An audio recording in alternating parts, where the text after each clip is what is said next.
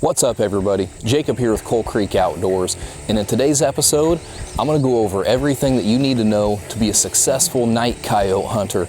And the way I'm going to do this is I'm going to break it down into 7 different parts, and we're going to do this from step 1 to step 7 in order to make sure that you have a successful hunt.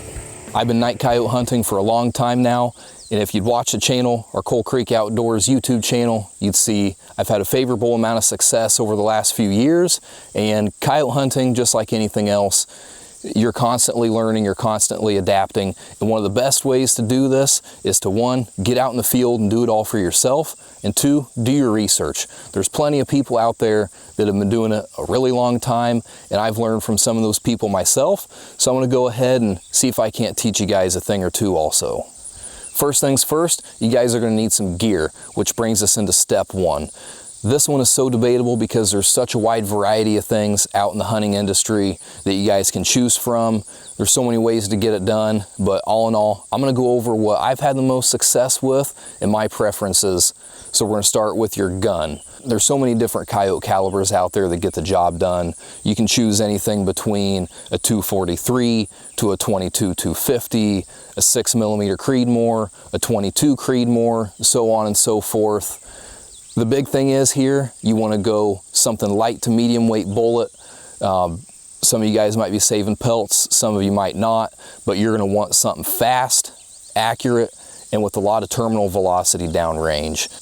Ammunition definitely should not be overlooked. You're going to want to get a good varmint round, and stay away from your full metal jackets and stuff like that. You want a good solid round that's going to hit hard and it's going to put that coyote down on the spot. Next, you're going to need some sort of optic.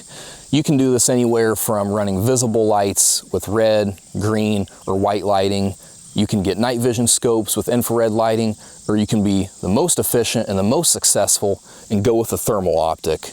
I've been using thermals for about 7 years now, and you're going to pick up far more game out there at longer distances with the thermal. That's going to give you the most success, so I highly recommend skipping all the shortcuts. Find your budget, figure out what you want in a thermal scope, and pick you up a thermal for night hunting. So you've got your thermal scope, and now you're going to need a thermal hand scanner.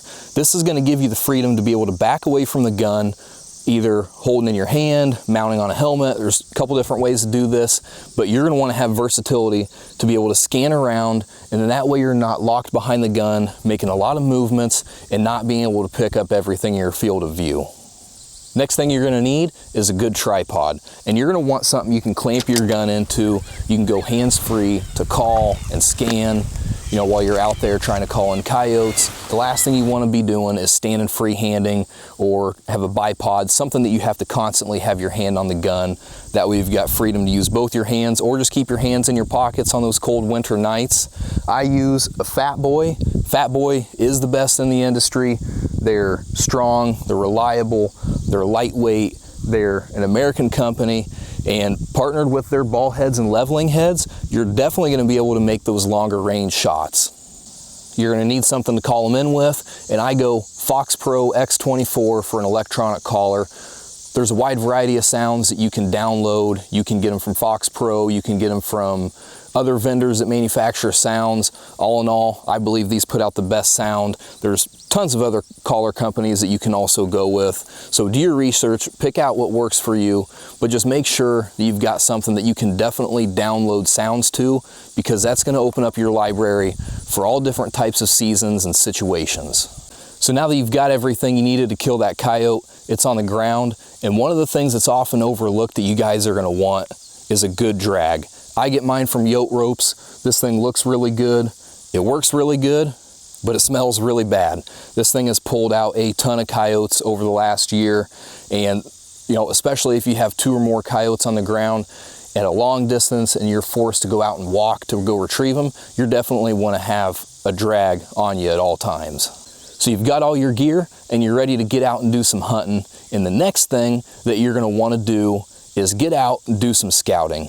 Now, don't just pick up a piece of land, look at it on a satellite image, and go for it. You're going to want to get out in person, put boots on the ground, and you're going to want to scout out your vantage points, the elevation.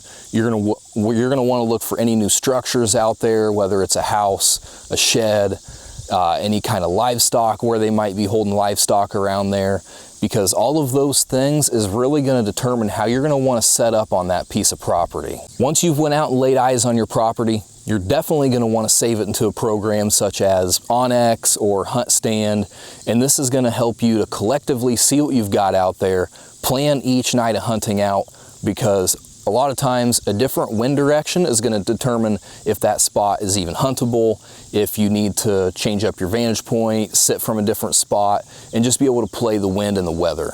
Next is going to be your approach. And this starts with driving around the country roads, highways, and once you get closer to your property, if you can, you're going to want to kill your headlights, either turn on some red lights. Some people go as far as hooking up infrared lighting to their trucks, or running night vision in parallel with an IR illuminator, whether it's on their truck or a handheld device. But you're going to want to limit the sight and the sound of yourself coming down that road before you even go ahead to set up on your stand. Once you've ditched the truck somewhere that's not going to be right in the highway of the coyotes where they're going to be running through at you, you got to think about your approach on foot. You want to be quiet, you want to be quick, and you want to play the wind to where your scent is not blowing downwind right toward the coyotes that you're going to be trying to call in. Next step is figuring out your stand location. Now this is going to be where you're set up with the gun, where you've placed the collar, and where you're trying to pull the coyotes in from. The biggest thing you got to consider here is wind direction.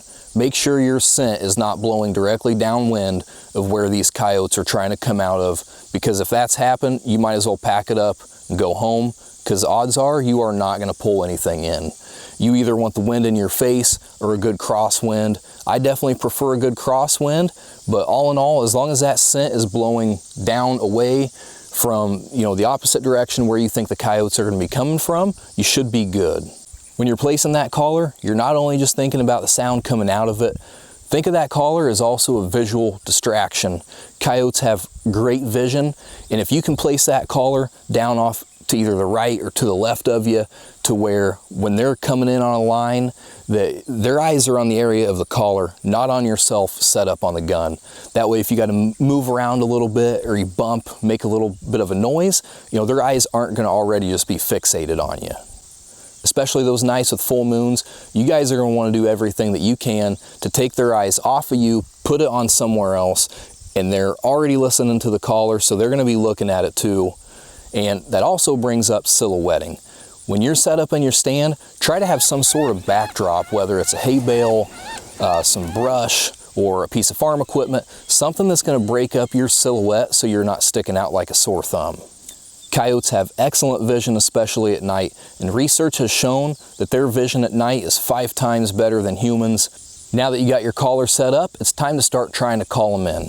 And the way I like to go about doing this is start off with casting a broad net and knowing that there's all types of different temperament coyotes out there. And when you start calling in, you don't want to start off with something super aggressive, like a really loud, aggressive fight sound that might push out a coyote that's just not feeling a good fight. So the first sound that I usually start off with is some sort of soft prey distress. I've got several go-tos that you guys can go back and see our success from the YouTube channel over the last couple seasons, but sticking with a good rabbit distress, a good woodpecker distress, there's even squirrel distress, fawn distress, picking something there and starting off soft. And then if nothing comes in initially within that first couple of minutes, gradually bring that volume up to a bigger level. So what we've done here is we've initially started off the stand with a coyote that thinks there could either be an easy meal. You've now got some prey in distress that they can come in and take advantage of that, or they could also be having it in their mind that there's another coyote in their territory that's taking a meal from them. So here they're going to come charging in, trying to take that meal back and get that coyote out of there. If I don't pull anything in after a few minutes of prey distress, then I'm going to go into some solo howls. Now what this is going to do is, this is going to tell all the other coyotes in the area that there's a coyote on this property. Depending on what time of year that you're in, this could mean that this coyote is ready to breed, so that might hit a trigger with another coyote that it's breeding season, and now you've got another coyote out there that could be a potential mate. Or this could also spark something territorial inside a coyote's mind and tell them there's a coyote that's out here in my territory. I'm gonna go in there and see what's going on. If I still haven't had any luck bringing something in after the solo howls, most of the time I'm gonna go ahead and throw in a pair howl. Now, this could tell a coyote that there's now a pair that's done paired up on the property, and you know, if it's during mating season, there might be another aggressive coyote that wants to come in and try to get in there and split that pair up. After that, I'm going to give it a few minutes of silence, and then I'm going to go into another prey distress. I'm going to use a different animal, I'm going to use a different pitch of sound or a different speed, or something that might be a little bit more aggressive, higher pitch, that I think might hit a different trigger on another coyote and bring him in. And at this point, if I still haven't brought something in, I'm going to go into my arsenal of fight sounds. Now, fight sounds, you can get a whole different variety of them. You can get mating fights, you can get feeding fights, you can get den fights where a pup is in distress, and it just blends a whole lot of different chaos, and it gets under these coyotes' skin. A lot of times, if I don't shoot something initially within that prey distress, then I'm picking them up on the tail end when I'm throwing out different fight sounds. If you guys are wanting the best knowledge of vocals and with coyotes and what different things mean and when to use them, I gained a lot of my knowledge from the Fox Pro podcast. There's a lot of good coyote hunters that go on there. I highly recommend you check that out. I just know the things that I've used over the years and the general sequence of things that I've used where I've had pretty good success. Mating season is going to bring up a whole other realm of possibilities of things that you can throw out there. So definitely don't forget your mating type sounds, whether it's female whimpers, mating fights, or just a mating scenario. You know, definitely be in tune with what's going on in your area and when that mating season is coming about. And also don't forget your prey distress, because if they're out there, they're running hard, they're chasing, you know, these coyotes might be between mating and they might be looking to pick up an easy meal if they hear something in the area. So never underestimate your prey distress. The final step to be a successful night coyote hunter is your post hunt.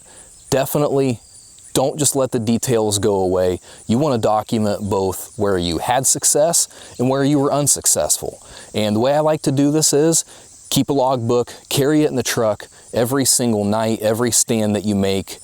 Document what sounds you used, what you killed coyotes on, where you did it, and you know, you want to do this so you're not over hunting the same property over and over, or when you're ready to go hunt that same property that you may have killed a coyote on a few weeks ago, go back and look what sounds that you played, and that might help you switch things up a little bit so you're not beating them to death with the same sounds over and over.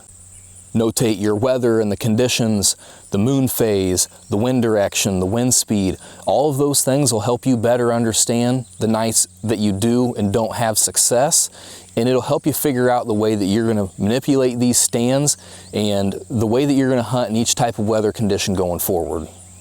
I hope you learned something from the video.